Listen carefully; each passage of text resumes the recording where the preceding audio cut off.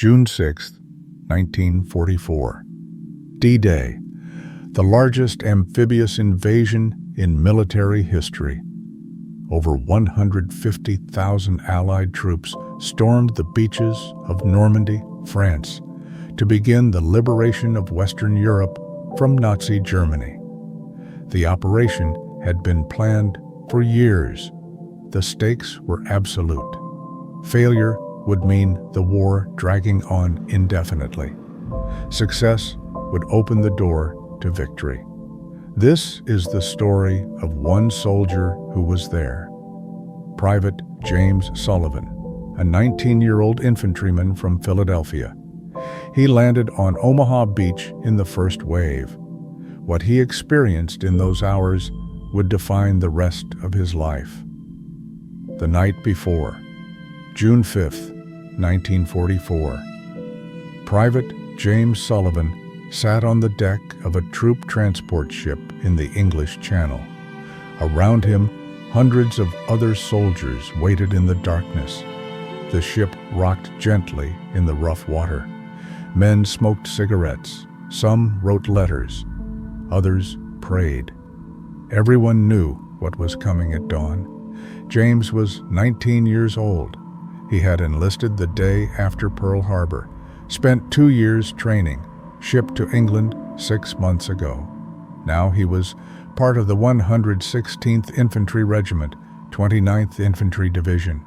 His unit had been assigned to assault Omaha Beach. Intelligence briefings said it would be difficult but manageable. The beach would be softened by naval bombardment and airstrikes. Resistance would be moderate. James checked his equipment for the 10th time. His M1 Garand rifle, ammunition clips, grenades, canteen, first aid kit, everything a soldier needed to invade a continent. His hands shook slightly as he worked, not from cold, from fear. He was terrified. Everyone was terrified, but no one admitted it. A sergeant walked through the crowded deck. "Get some rest if you can. We move out at 0400 hours. James lay down on the hard deck.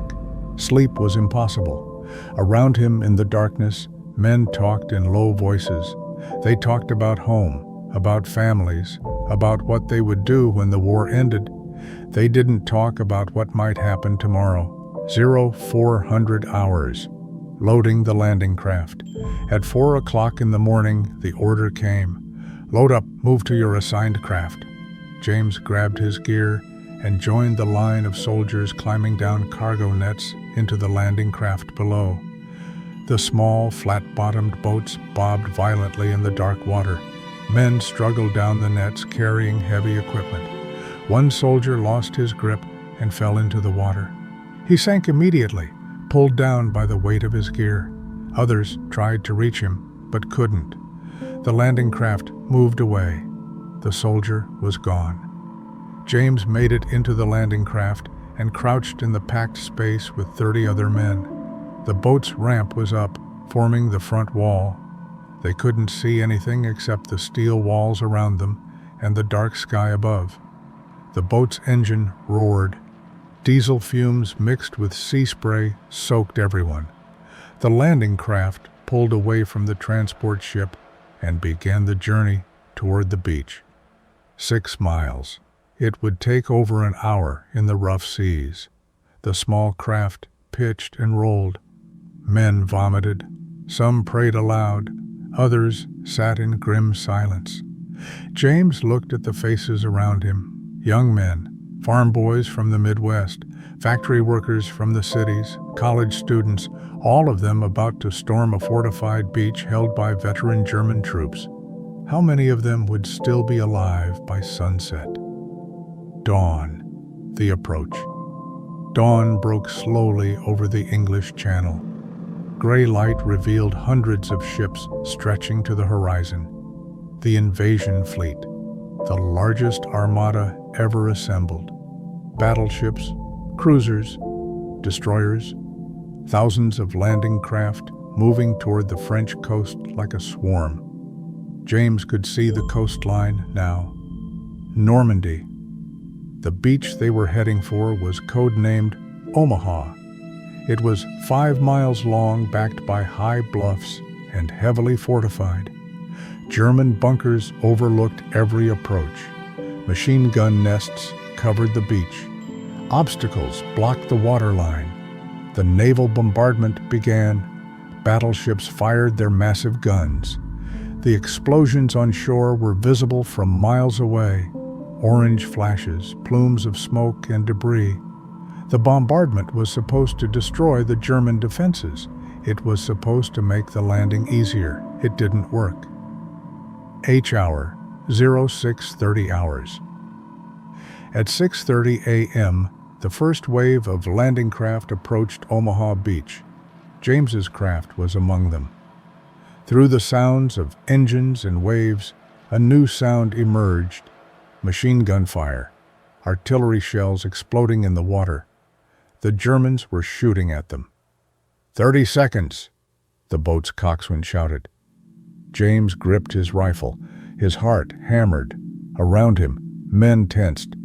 This was it, the moment they had trained for, the moment that would determine if they lived or died. The landing craft hit something underwater. It lurched to a stop. They weren't at the beach yet. They were still in deep water, 100 yards from shore. But the ramp was dropping anyway. Go! Go! Go! The coxswain screamed. The ramp splashed down. German machine gun fire raked the opening immediately. The men in front fell. They didn't make it off the boat. They just fell into the water, dead, before they could take a step. James was in the middle of the boat. He jumped over the ramp into the water. It was over his head. He went under, the weight of his equipment pulling him down. His boots hit the sandy bottom. He pushed up, broke the surface, gasping for air. Around him, men were drowning. The water was red with blood. He waded forward. Bullets snapped through the air. Artillery shells exploded. Men screamed. The noise was deafening, overwhelming. James couldn't think. He could only move forward, toward the beach, toward the enemy, because stopping meant dying. The beach. James reached the waterline.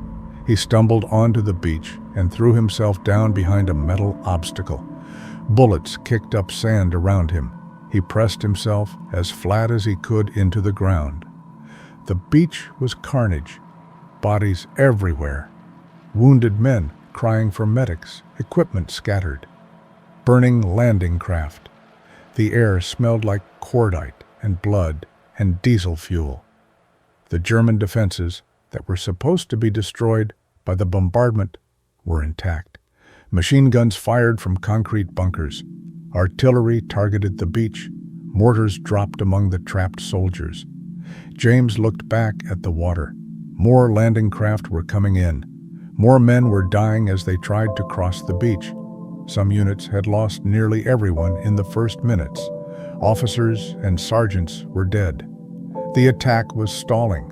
Men were pinned down behind obstacles with no leadership, no clear objectives, just trying to survive. A soldier landed beside James. "We gotta move," the man shouted over the noise. "Can't stay here." "Where?"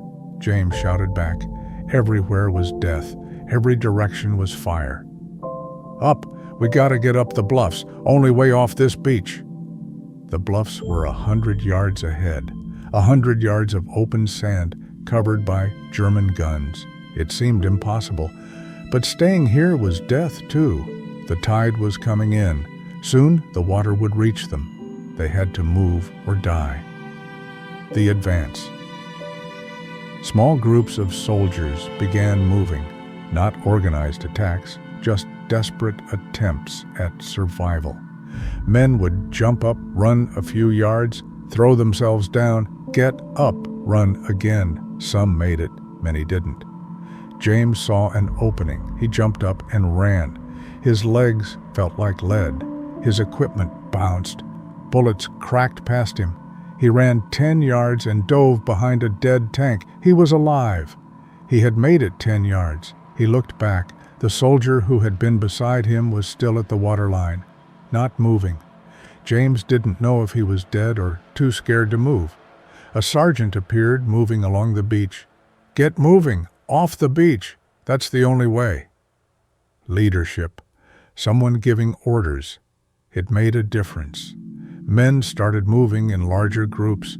They advanced by rushes, one group providing covering fire while another moved. Slowly, painfully, they crossed the beach. James ran again, 20 yards this time. He fell into a crater made by an artillery shell. 2 other soldiers were already there. All 3 pressed against the dirt, breathing hard. "We're gonna make it," one of them said. He sounded like he was trying to convince himself. They didn't stay long. Staying meant being targeted. They moved again, closer to the bluffs, closer to the German positions. Reaching the bluffs. James reached the base of the bluffs at around 8 a.m. He had been on the beach for 90 minutes. It felt like days. He collapsed against the cliff face, gasping for breath. Around him, other soldiers did the same. They had made it off the beach.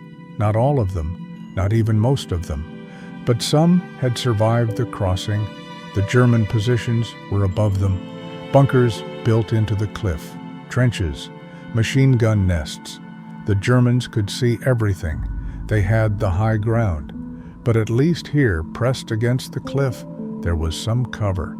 A lieutenant appeared. His uniform was torn. Blood streaked his face from a head wound. But he was alive, and he was taking charge.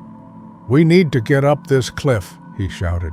"Engineers, blow the wire. Infantry, get ready to assault those positions." Combat engineers moved forward with Bangalore torpedoes, long pipes filled with explosives designed to blow paths through barbed wire. They pushed the torpedoes under the German wire and lit the fuses. Everyone took cover. The explosions tore gaps in the defenses. Before the smoke cleared, soldiers were moving through, up the cliff face, climbing, scrambling, pulling themselves up. James went with them.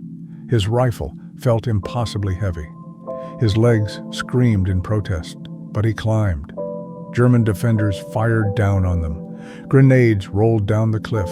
Men fell, but others kept climbing, wave after wave, overwhelming the defenses through sheer numbers and desperate courage. The top. James pulled himself over the edge of the cliff at around 9:30 a.m.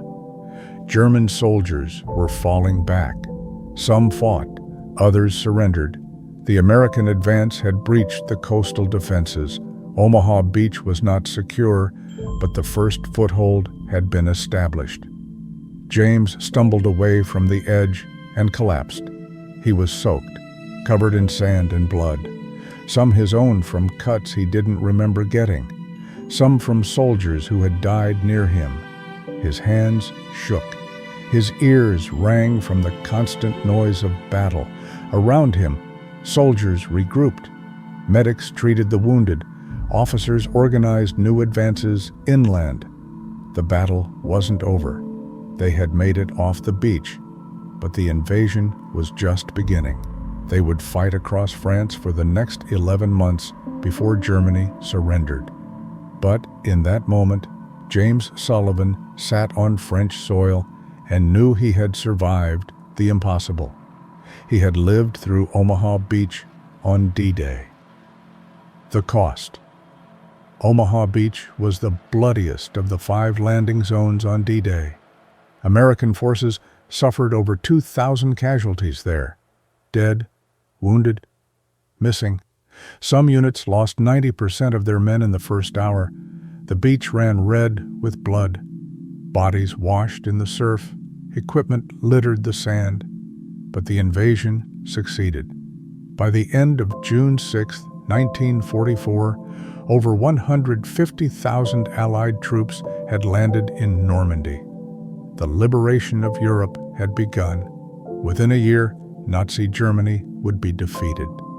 James Sullivan survived D-Day. He fought through France, Belgium, and into Germany. He was wounded twice more before the war ended. He returned home to Philadelphia in 1945, a decorated veteran. He married, had children, built a life. But he never forgot Omaha Beach. 60 years later, James Sullivan returned to Normandy in 2004 for the 60th anniversary of D-Day. He was 79 years old. His children and grandchildren came with him. They traveled to Omaha Beach, to the American cemetery that overlooks it. 9,000 white crosses and stars of David mark the graves of Americans who died in the Normandy campaign. James walked across the beach. It was peaceful now. Tourists walked where men had died. The German bunkers were still there, silent monuments to a battle long over. The obstacles and wire were gone. Just sand and surf and the distant sound of seagulls. "Is this where you landed, Grandpa?" his grandson asked. James pointed to a section of beach. "About there. Couldn't see much through all the smoke and chaos, but somewhere around there." His grandson looked at the peaceful beach and couldn't imagine it. Couldn't picture what his grandfather had described. The noise, the death, the terror. It seemed impossible that this quiet place had been hell on earth 60 years ago. They climbed up to the bluffs. James moved slowly now. Old age and old wounds, but he made it to the top, to the same ground he had fought so hard to reach as a 19-year-old soldier. "I think about them," James said quietly. "The ones who didn't make it. I see their faces sometimes. Young men, boys, really. They died on that beach. They never got to go home, never got married, never had children. I got to do all that, and I don't know why. Why me and not them?" It was a question he had carried for 60 years. Survivor's guilt, the burden of living when so many others died. The testimony. James Sullivan gave many interviews in his later years. He spoke at schools, he talked to historians. He wanted young people to understand what D-Day was, what his generation had done. "We were scared," he always said. "Everyone was scared, but we did it anyway." That's what courage is. Not the absence of fear, but doing what needs to be done despite the fear. He talked about the importance of remembering. Those men on the beach deserves to be remembered. They gave everything. The least we can do is not forget them. James Sullivan died in 2009 at the age of 84. He was buried with military honors. His family donated his uniform and medals to a museum. His story was recorded for the National World War II Museum, but his real memorial is still in Normandy, on Omaha Beach, where a 19-year-old boy became a man, where thousands of soldiers stormed into hell and changed the course of history. Closing D-Day was the beginning of the end for Nazi Germany. The invasion succeeded despite horrific casualties. The liberation of Europe had begun. Within a year, the war would be over, but the cost was immense. Over 4,000 Allied troops died on June 6, 1944. Thousands more were wounded. The beaches of Normandy ran red with their blood. They paid the price for freedom with their lives. This is James Sullivan's story. This is his witness to D-Day. This is what it meant to be in the first wave at Omaha Beach, to wade through water under fire, to cross a beach where men died by the hundreds, to climb a cliff in the face of enemy guns, to survive when so many didn't. The world changed on June 6, 1944. Democracy survived. Tyranny was defeated. But the victory was bought with the lives of young men who never got to see the world they saved. James Sullivan was one of the lucky ones. He survived. He came home. He lived a full life. But he never forgot the beach He never forgot the men who fell beside him, and until his last breath, he carried their memory.